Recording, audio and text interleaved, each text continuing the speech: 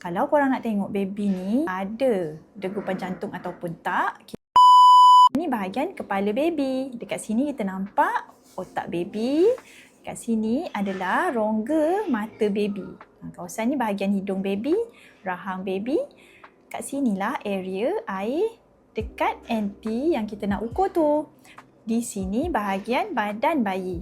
Kalau korang nak tengok baby ni ada degupan jantung ataupun tak, kita boleh nilai berdasarkan color Doppler. So, apa yang korang nampak kat sini? Nampak tak? Warna merah, warna biru kan?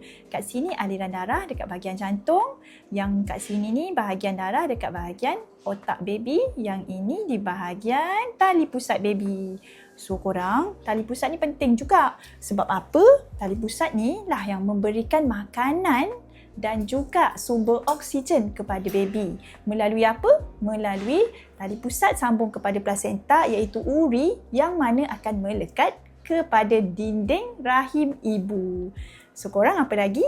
Tengah cari-cari tempat untuk scan, datanglah ke Klinik Nova. Singgah Klinik Nova Terengganu untuk dapatkan perkhidmatan scan yang memuaskan.